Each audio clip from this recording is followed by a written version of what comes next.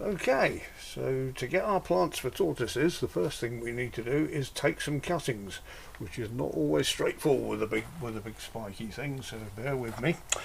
First thing, let's try just twisting with the large gloves on, which is rather painful. Oh no, I actually broke that one, so he's a bit on the brittle side. So we'll now try the overlarge tweezers and just lever him off from the base where it's coming out, and that's come off a bit cleaner. So we've got two cuttings there. They will need a bit of treatment before I do anything. Let's again try this one, hands on and just leaning it down. It's starting to break a little bit at the bottom there, so I'll put the tweezers a bit lower down. And he's come off, but he'll need cleaning up. And this will be repeat till finish, I think. It's been a few years since I've harvested this one, I think 2 years ago.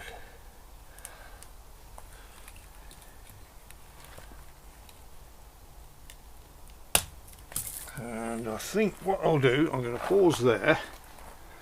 And instead of doing it with this method, I'm going to get the knife.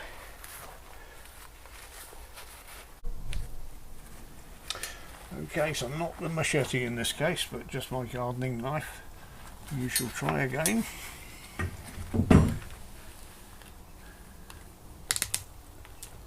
And just make clean cuts like that is probably the easiest method.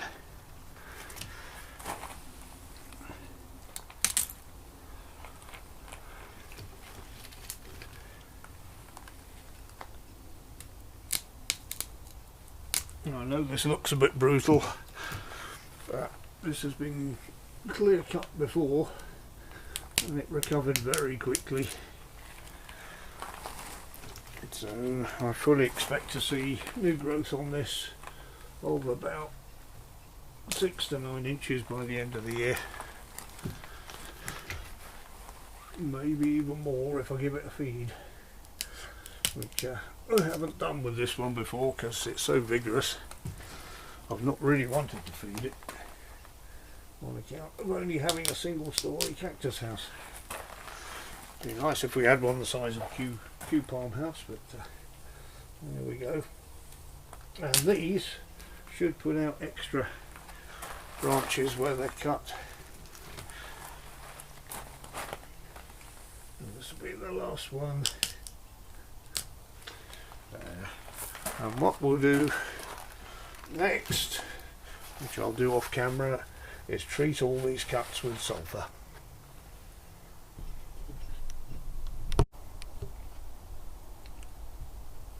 So I've treated all the cuts with sulphur now, and likewise I've sliced these into sort of 6-inch segments and treated those with sulphur as well, and they'll be left in there to callus over for a week or so, and then try and find enough grit to pot them all into, which could be interesting. But while we're at it, I just noticed this behind.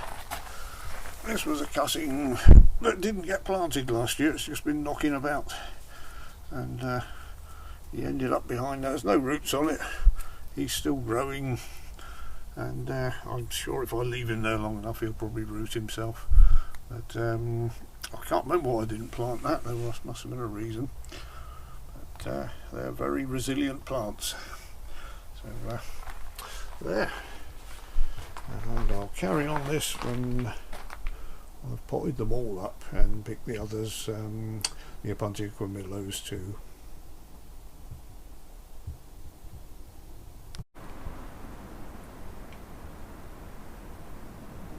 Now this is the Opuntia quimilo, which is the other Opuntia I thought the tortoises would be well into. This one It's about 5 foot tall now. I knocked it a bit with the ladder when I was putting some extra insulation up in the autumn, so it hasn't quite recovered from that, but you can see it's a fairly big plant. And I believe, looking down at the bottom, that when I built this place, this was only 1 or 2 pads, which is 5 years ago. And you can see the trunk has gone quite woody. It's divided into 2 trunks there. But this has grown quite quickly, so if you only had 1 or 2 tortoises and you're only giving them a pad now and again, which is what you should do rather than feeding them on them full time, this would be like an ideal addition. So what we're going to do is, while we're sort of trimming the plant up for the next season, we're going to take some of these pads off. You can see they've got 1 or 2 spines on, but I can't feel any glockids, which is great. I'm sure the tortoise will appreciate those. So I'm basically going to twist the pads off back to last year's growth, really. I won't bore you all by taking every pad off at the moment, but that's the idea. We'll come back to that in a minute.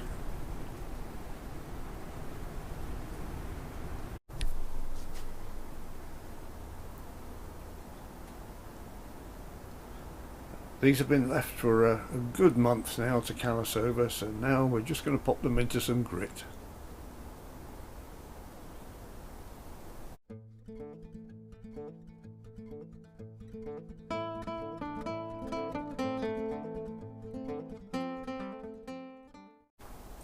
So that's them all potted up, or not potted up, put into grit rather.